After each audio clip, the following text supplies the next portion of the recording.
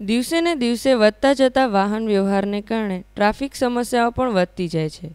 આજે દરેક વ્યક્તિઓ પોતાના વ્યક્તિગત વાહન ધરાવતા હોય છે અને રાજકોટ જેવા શહેરમાં રહેવા માટે પોતાનું વાહન હોવું એ એક જરૂરિયાત બની ગઈ છે। શહેરોમાં સ્કૂલો અને કોલેજોના અંતર વધી ગયા છે અને પબ્લિક ટ્રાન્સપોર્ટની સગવડતા પણ ઘણી ઓછી છે।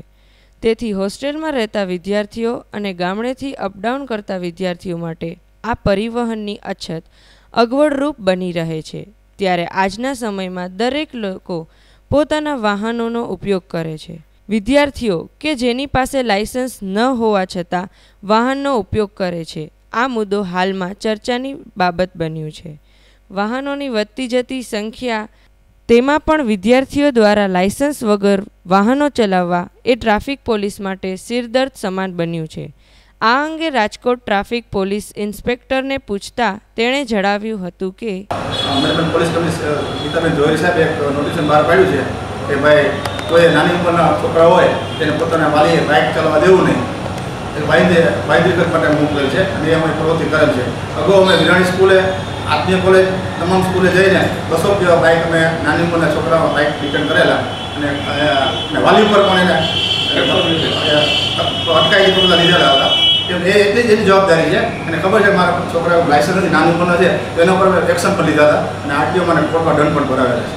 લાયસન્સ વગર વાહન ચલાવતા વિદ્યાર્થીઓ માટે સ્કૂલોમાં પણ માર્ગદર્શન અને સૂચનો આપવામાં આવે છે કે આમ ન કરવું જોઈએ। ત્યારે પાઠક સ્કૂલના પ્રિન્સિપાલને આ વિશે પૂછતા તેણે જણાવ્યું હતું કે હા, અમે અવારનવાર જે શાળાની વાલી મિટિંગ હોય છે જુદા જુદા ધોરણની, એની અંદર આ ચર્ચાઓ કરીએ છીએ કે ખરેખર એ લોકો લાયસન્સ વિના સ્કૂટર ચલાવે છે તો અકસ્માત થવાની, તે ઉપરાંત પોલીસ દ્વારા એમને દંડ થવાની આ તમામ શક્યતાઓ રહેલી છે।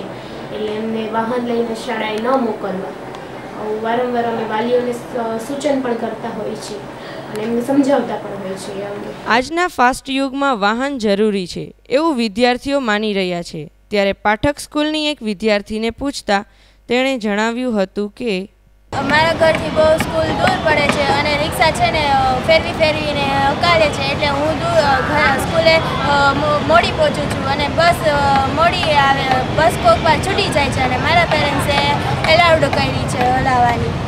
સમાજ અને કાયદાનો અભિપ્રાય વિદ્યાર્થીઓના વાહન ચલાવવા માટે ભલે કંઈક અલગ હોય, પણ આજના સમયમાં જ્યારે લાંબા અંતર કાપવા માટે જો જાહેર વાહન વ્યવહારની સગવડ ન હોય તો વિદ્યાર્થી માટે પોતાના વાહનનો ઉપયોગ કરવો, શું એ જ આ સમસ્યાનો ઉકેલ છે?